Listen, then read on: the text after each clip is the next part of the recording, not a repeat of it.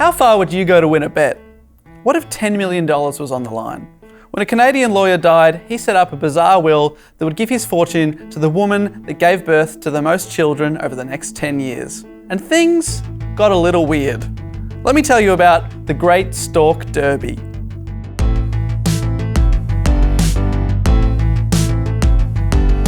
Hello and welcome to the library.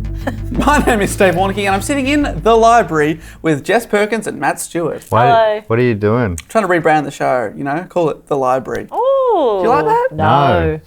Okay, well, whatever you want to call it, we'll call it that. Thank you, correct. Uh-huh. All right. No, we're calling it Thank You Correct. Yeah, welcome to Thank You Correct. Do you want to run it again? Yeah, start again. Hello and welcome to Thank You Correct. My name is Dave Warneke and I'm here. Sorry, I'm going to stop you right there. Your name, Dave Warneke. That doesn't sound too good. Don't like it. Your name is Max Power. Go again. Okay. Oh. Hello and welcome to Thank You Correct. My name is Max Power and I'm sitting here with Jeremy Withers and Christine Bloop. Anu. Oh, Bloop. Sorry. Anu's my middle name. Christine Anu Bloop. Hello, Great to have you here. I'm Jeremy Withers. So good to be here. Are you happy with what you've done? Yeah, look this what you've all done. happened because you tried to rebrand as the library and now we're here. I think we should have stuck with the library. But anyway, guys, today we're talking about a very strange will. When there's a strange will, there's a strange way. Yeah, there is a strange way about this episode. Now, often on our podcast Do Go On, over the years, we've talked about people that have given birth to lots of children. And every time we do that, we ask, what's the question we ask, Jess? Do they know what's causing it? And where does that come from? It comes from my dad. I mean, he definitely didn't think of it himself. He was the one causing all the kids. That's where it comes from. Yeah, he caused goodness. a lot of kids. It's been busy, old 2. John. No, something my dad always says if somebody is from a really large family, which he is, but he'll always say, well, do they know what's causing it? And he laughs every time. And others. So do I. No, honestly, John, I'm with you on this one. Every time is funny. Every time. I feel like that question's going to come up a lot today. I feel we're going to try and answer that question here today. Welcome to Inside the Actors Studio. This is where we go behind the scenes of where some podcast sayings come from. Today we're talking about John Perkins and his classic saying, "They know what's causing it." With me, Jeremy Withers. Welcome, Jeremy. Thank you. It's a pleasure to be here. I'm Jeremy Withers. That's another option we could use. I like it a lot. I like it. I also like that Jeremy Withers' catchphrase is, I'm Jeremy Withers. I think that's pretty cool, you know? He knows who he is. I respect that. Does he know who he isn't? No. Okay, 2 separate questions. Absolutely not. All right, let me tell you about the Great Stork Derby. Now, Charles Vance Millar Oh, good name. was born in Canada in 1854 and died 72 years later in Toronto. 72. It's a good innings. He did all right in that Yeah. time. And in that time, he built quite a fortune as a lawyer, but also as the president and part owner of the O'Keefe Brewing Company. Okay. Ah, He's a brewer. Now Matt's listening. Yeah, beer, okay. Brewing. hello. That sounds fantastic. You had me at lawyer. Are you I sure love the law. You're saying Derby. Wouldn't Canadians say Derby, like the proper way? I'm sticking with Derby. Okay. I support you. Thank you so much. I will talk about you behind your back. I know. Can you believe he's saying Derby? Derby. Derpy, more like it. Derpy derp. Derby sounds... Nah. Just blame our Australian accent. Say it's a different culture here. We Yeah, say Derby. guys. And then you're But covered. we don't say Derby. Shut up. Okay. If we say it, then we're covered. And anybody who has a go at us for how we say it, we get to call them racist. I'm pretty sure in North America they say Derby. There you go. Derby. But in the Queen's Canada, where they speak proper English, Eh? eh? Now, Charles Miller never married and had no children of his own. And he spent his He spare... never figured out what was causing it. No. He tried and he tried. He didn't know how to make them. Basically, he didn't know how to talk to women. Yeah. That was his problem. But he spent his spare time at the racing stable where he owned horses. And they were good horses too. In 1915, his horse Tartarine won the King's Plate, now known as the Queen's Plate, which is Canada's oldest thoroughbred horse race. Cool. You can only assume it's their Melbourne Cup. Yeah.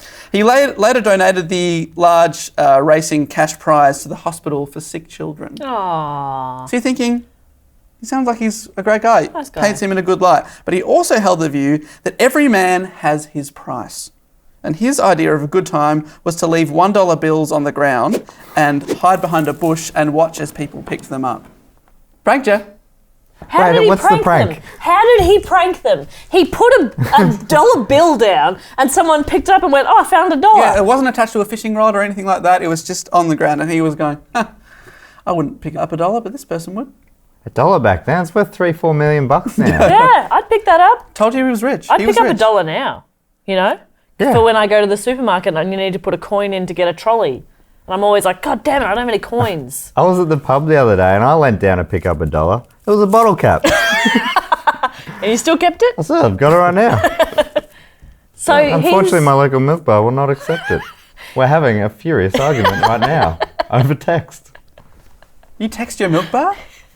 Yeah. You don't text your milk bar? Absolutely not. I'm always like, morning, Jerry, got any milk? And he's like, yeah, Motherfuckers. Jess, it's what I mostly sell. You ever writes back, no, Yeah. something's gone wrong at Jerry's milk bar. No, and then I don't bother going.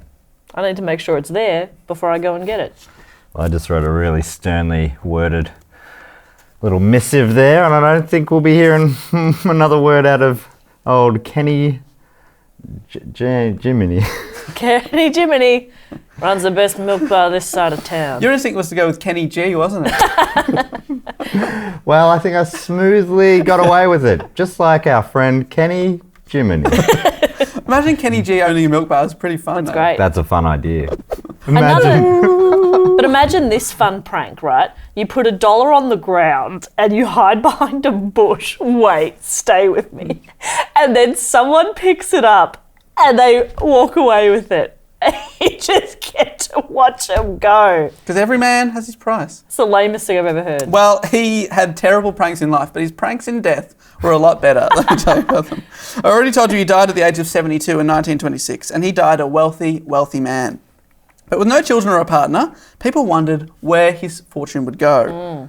A lot of his friends thought he'd be donating to something like the local university, as he sometimes talked about that. Oh, he sometimes talked This about is why it. I'm always nice to old people, because you never know. You never know. They might have no one but you. You hear stories of people befriending their elderly neighbour and then they pass away and that person just inherits like something cool.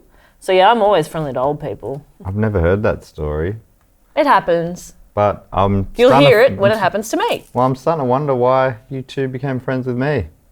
Yeah, you're so close to the grave. So close. And I assume you've got money somewhere. You I got a bottle cap. You could leave me a box of band t-shirts. Okay, You got a lot of them. I do. So- They're all yours. I'd love them to their legacy to live on. Beautiful. Beyond Great. the grave. There you go. See? It works. Great, someone to wash the car with. Love it. Rags. Rags. Hooray. Oh, a box of rags. Appreciate that. Thank you. I thought you had nothing. Turns out he's got Yeah, rags. you got rags. So people thought he might donate it to Toronto University, but he decided to do something very different indeed. He decided to prank people from beyond the grave by leaving a very unusual will. $2 on the ground. Pick it up, you pigs. $2 left in his coffin. Whoever finds it keeps it. Probably the gravedigger. Imagine the amount of rags you could buy. $2. Oh, so many rags. So many rags. From rags to riches, in a way. He wrote the will himself. After all, he was a lawyer with intricate knowledge of the law. It was written in crayon, but still. But it was exquisitely written in crayon. The will was written as if to push the very boundaries of what would be accepted. And he acknowledged this writing in the will, quote, "This will is necessarily uncommon and capricious because I have no dependents or near relations, and no duty rests upon me to leave any property at my death. And what I do leave is proof of my folly in gathering and retaining more than I required in my lifetime." End quote. Oh, Okay. It's a beautiful quote. I zoned out, actually. It was- Basically, I've got a lot of money, I've got no one to leave it to, Right. so I'm going to have fun with it. Okay. What did he say about Confucius there? Confucius, he say, leave the will to Okay. the way. That, Thank you, thank Yeah, you. that's beautiful. Let's just move on. Some of the things he left to people included, there's a few notes in the will. He left his shares in the Ontario Jockey Club to 3 people, 2 of whom were upstanding members of the community and who publicly opposed betting on horse racing, and a 3rd man who was the absolute opposite, and as a saloon and racetrack owner, he was known in the gambling community. So 2 upright citizens who hate gambling, 1 person who supports gambling. All 3 could only claim their shares, which were very valuable at £1,500 worth in the day, but they could only get the money if they joined the club and agreed to do so as a group. But if one was out, they were all out. Oh, The 2 Conservatives did join the club for a token 5 minutes, just long enough to cash in their shares, but I guess they had to sell out on their principles to get the money. Yeah, I'd do that. You thought that was a good time. Every man has his price. Yeah, what I a don't think I weird have thing. many principles that I wouldn't bend. For £1,500. Yeah. Like even in today's money. Yeah, big time. Because that's what, $3,000 in Australia? Yeah, great.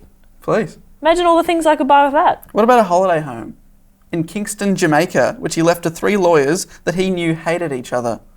The deal was if one of them sold, all the money would be donated to feed the poor. It later turned out to be a double prank on the lawyers, and Miller had already sold the home 2 years before his death, but he just wanted to fuck with them.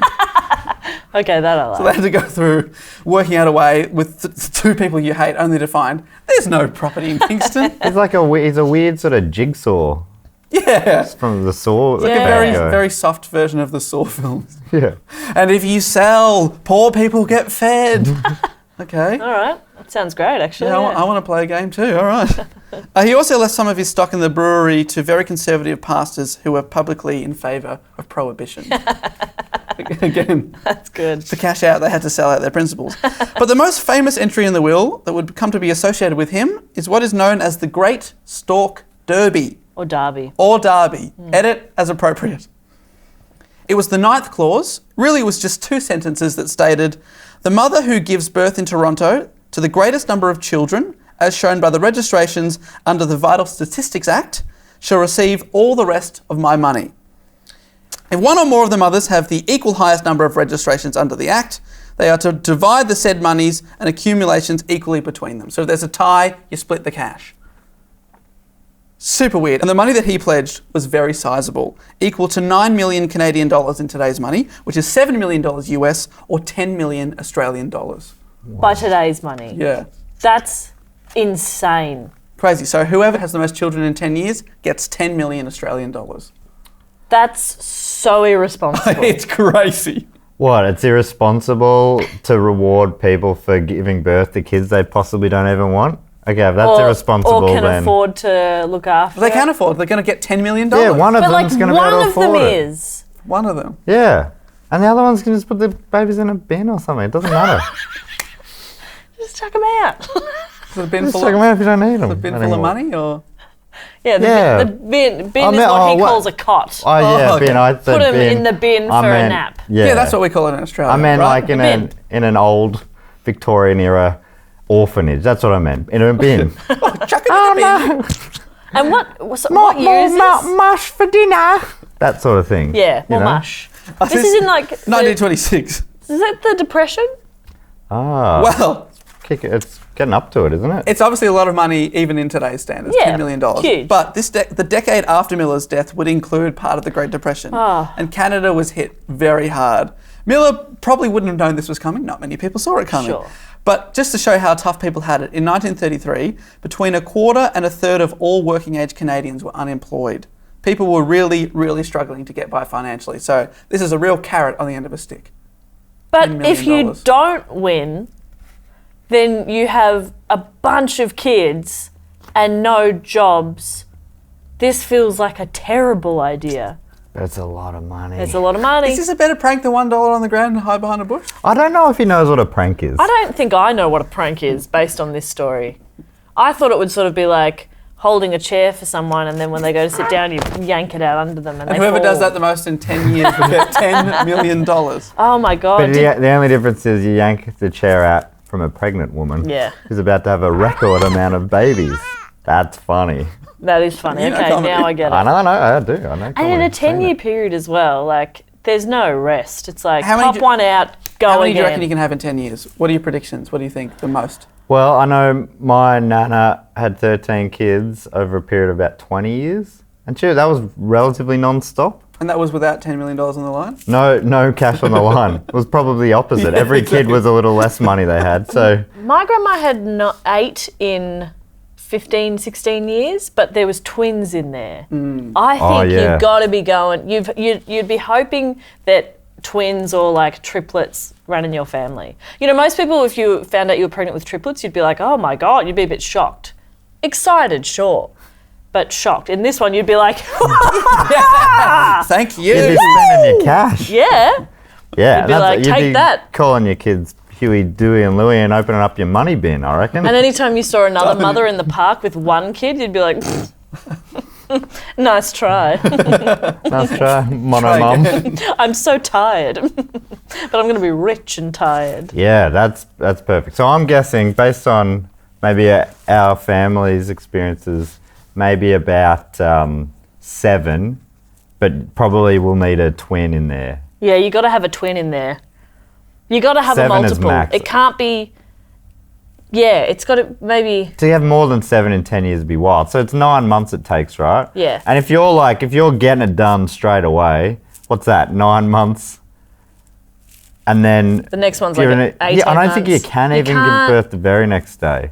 I mean, Let's speed up this gestation period. I don't think you can conceive one the very next day, can you? It can happen pretty soon after, but it's pretty rare. 9. Let's say a year each. Then it's 10. Yeah. So 10 is would be wild. 10 would be insane. That would be insane. Oh my no. goodness. That would be insane. So it's a crazy will. And the will really took Miller's friends by surprise, and people started to speculate as to why he'd made the stipulation in the first place. Was it a joke? Had he figured that it would just be rejected by a judge? He's very good with the law, but nothing like this has ever been written before. Does he actually expect it to be upheld? Some said he was trying to shine a spotlight on contraception and get people talking about it. Because he apparently is very pro-contraception in I'm life. starting a conversation. But He is essentially doing the opposite, though. yeah, because he's making people do it without contraception. I reckon what happened here is he thought he'd become a ghost and he'd get to watch a lot of people boning. Oh, yeah, he's a big perv. And he's like, I did this. I did this. I'm You're involved. doing this because of me. Yeah, this is kind of a threesome technically. Technically, I'm in it. I'm on ya. Aw. I'm lying. I'm sort of floating through ya. Oh, actually, that grossed me out. I'm going to go in the corner, but I'm going to still watch. Oh, I felt weird going through. Oh, Whoa. Oh, God. It's very cold. What's his name again? Charles. Charles. You dirty Charles. dog, Charles. Charles, you Charlie. old dog. Charlie. So there are two theories. The third theory, the one that I tend to favour, is that was he just a dick? I wanted to prove yet again his favourite phrase, every man has his price. Oh. A lengthy court battle was also fought over the Miller fortune by some of his distant relatives that suddenly appeared after his death. As they do, yeah. As ghosts. Oh. No, as non-ghosts. And they all made claims to the cash. The case continued through the court and eventually reached the Supreme Court, which was tasked with determining if the clause was in fact legal.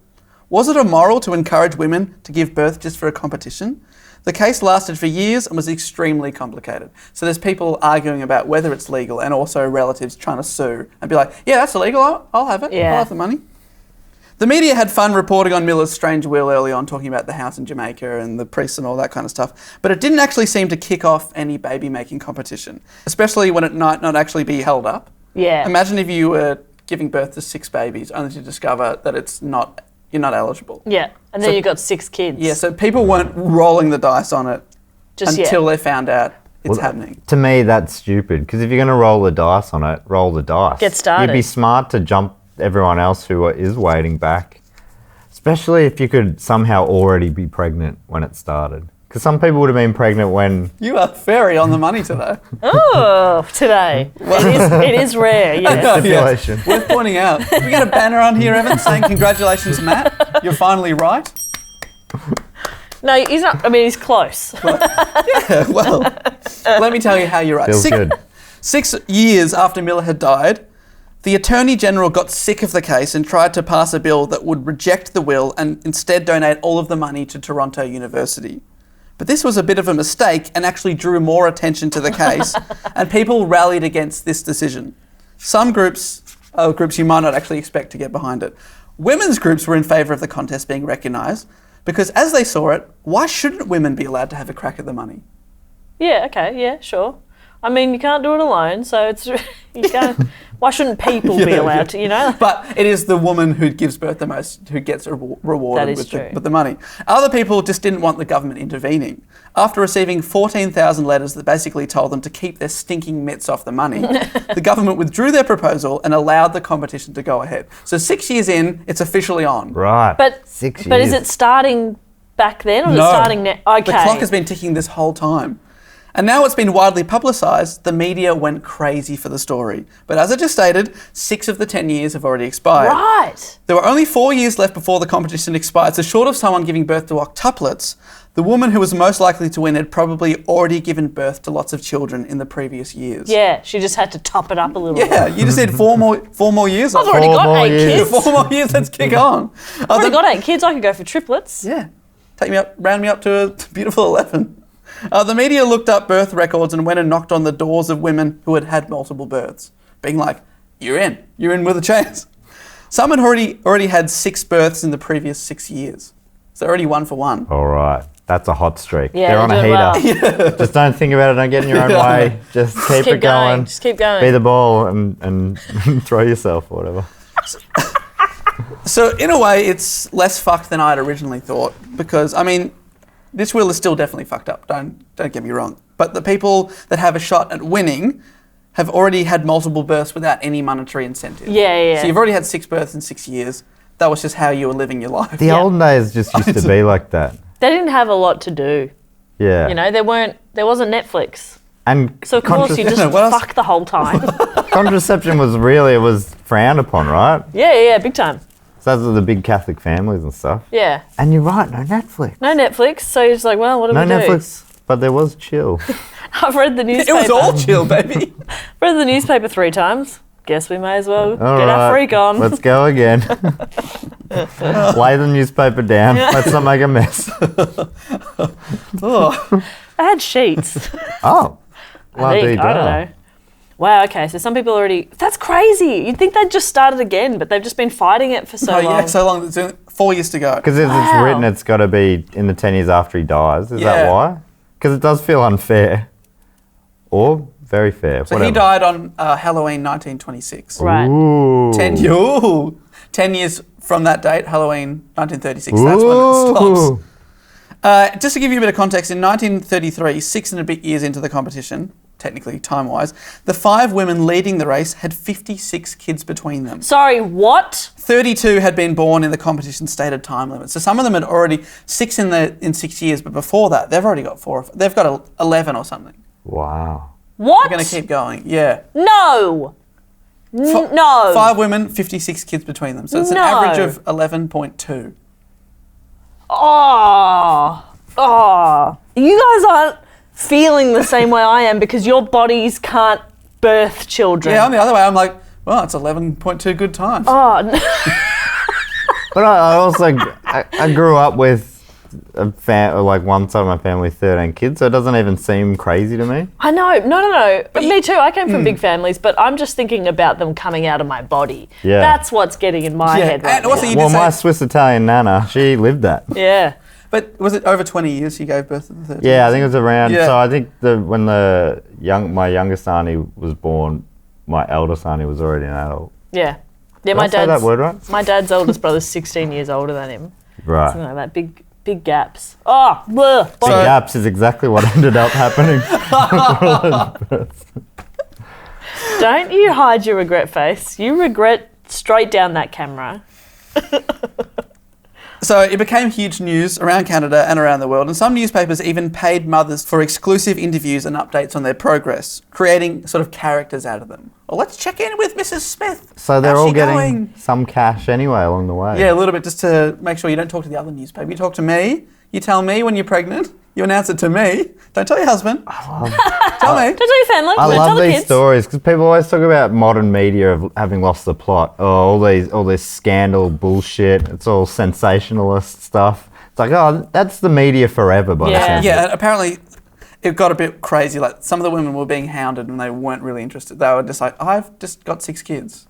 Yeah, I'm living my life, and now you're like, making a character out of me. And if anything tragic ever happened, if they lost one of the pregnancies or anything like that, they'd talk about it in the context of the competition rather than obviously a tragic event for a family. in terms of the money. Yeah, exactly. for the Oh, you're not person. going to get the money now. How do you feel about that? It's like, I'm actually going I'm through mourning some serious tragedy here. Yeah. Far out. But these are the reporters that coined the phrase the Great Stork Derby. So they came up with something good. Yeah, exactly, and that's what it's known to history as. So the 10-year period came to an end on Halloween 1936. Ooh, spooky. And at that time, it was not immediately clear who had won.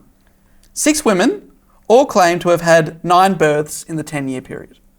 Perfect. That's a bunch of money for all of them. Yeah, split Great it up. result. Well done. Great. Good job, But everyone. then there's a one woman who's trying to beat the clock. She's pushing so hard. It's 11:58, It's also only 2 months into her pregnancy. but she's trying. But still, it's 11:58. But questions were asked. The competition didn't really have rules stated in Miller's 2-sentence description. He was pretty vague about it. Did the children have to be born in wedlock to count? Oh, come If on. that's not written, then no, surely. If you've birthed a kid, it counts. It counts, right? If I'm your with you. body's gone through trauma, it counts. Does it have to be a human? Because some of them got some puppies. What about that? Didn't say anything about that. As long as the puppies were born in wedlock. Okay. If you were married to the puppy, it's okay. Well, to the dog. Tragically, they also debated whether stillbirths counted in the total. So you've given birth, the baby hasn't survived. So that's does that still count? Right. Obviously, extremely traumatic event for any mother, and now they're debating about that. Jesus. So there were legal challenges aplenty, with each woman getting a lawyer to represent them. Cool. So So 6 claiming. racking up some kind of legal fees. So well, I don't know. Maybe this guy was a lawyer. Was that his plan all along, to get his lawyer friends rich? Now, in the end, the court ruled that 4 women should share the money for giving birth to 9 children. The winning women were Annie Catherine Smith, Kathleen Ellen Nagel, Lucy Alice Timleck, and Isabel Mary McLean. All had 9 children. 9 children, and they'd split the money 4 ways. Wow. Cool, 2.5 million Aussie dollars these days. 2 women were left out of this, because 6 were claiming it. Pauline May Clark's claims were rejected because her children had been born to 2 different men, one of whom wasn't her husband, and it was ruled that only, quote, legitimate children should count. Despite that stipulation not being written anywhere in Miller's will. I mean, they're alive, they're human beings, and she gave birth to them. It's just a very conservative society, and the judge ruled that that's what Miller would have wanted, even though he never said that. That's That'd feel annoying. good for that kid too, hey? Yeah. What's that? I'm not... Oh, okay. Okay, thank you. I'm not a real... Okay, I don't exist. The other lady who was left out is even more tragic, and that is Lillian Kenny, who had her claim rejected because 2 of her births were stillborn. And again, despite it not saying that in the will, remember, all it said was, to the mother who has since my death given birth in Toronto to the greatest number of children.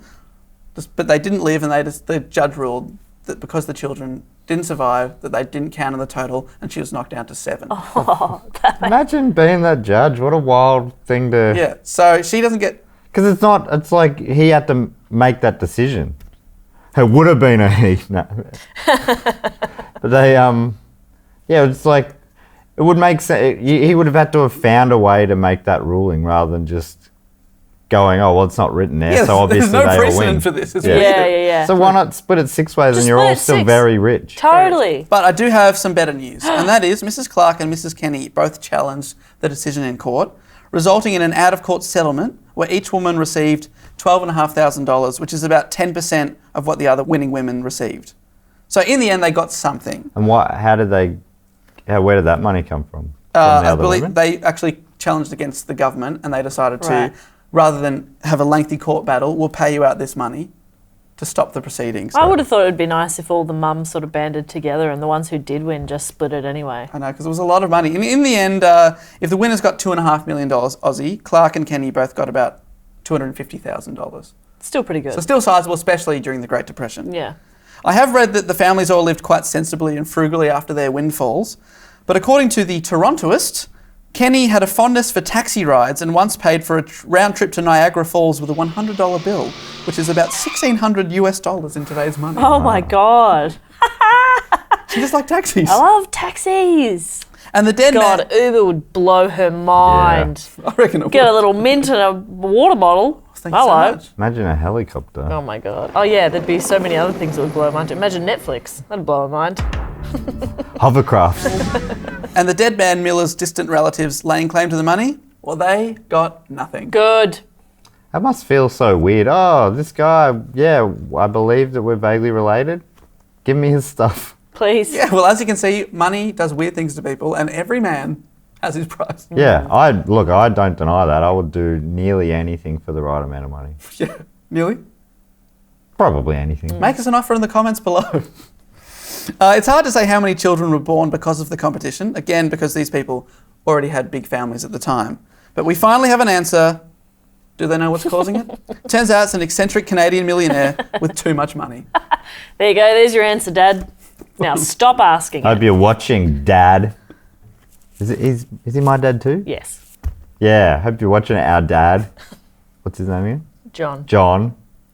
Dad. Dad. Just I call him Dad. Dad, so I don't know his name. He never learnt his name. I never learned his name. Don't need to. Don't need to because he's Dad Just to me. Dad. Anyway, Dad, thanks for everything. Squire, you did it. We did it. I'm sorry. I didn't want to. Hey. I didn't want to do this. Shut the fuck up. Hey. I didn't. Matt, shut the fuck up. Hey. Thank you. You're really bringing us down. Shut the fuck up. Okay. Sorry, I've just got a text from my milk bar. You banned for life? Yeah. So no more musk sticks. Oh no. Oh, no more big bosses. Oof. Oh, big bosses. Well, that's it for the Great Stork Derby / Derby. Now, this is a spin-off of our podcast, Do Go On, with over 200 episodes to listen to. If you like this topic, check out some of our other crazy but true story episodes like the collar bomb heist, the video game crash, the Mouse Universe experiments, and the Barkley Marathon. Subscribe for free on your favourite podcast app, and be sure to subscribe to this channel to check out our other videos. Good job, Dave. Thank you. How many kids do you reckon we could have? Oh, in 10 years? Yeah. What did the 9? 9 in Nine. 10. 9 in 10. That annoys me. Go for one more. All right. You know, have twins. Is it that much to ask? None of them We seemed didn't to have say there twins. None of them had twins. 6 had 9. Amazing. 69. Nice. Nice. Okay, now I'm back on board. Nice.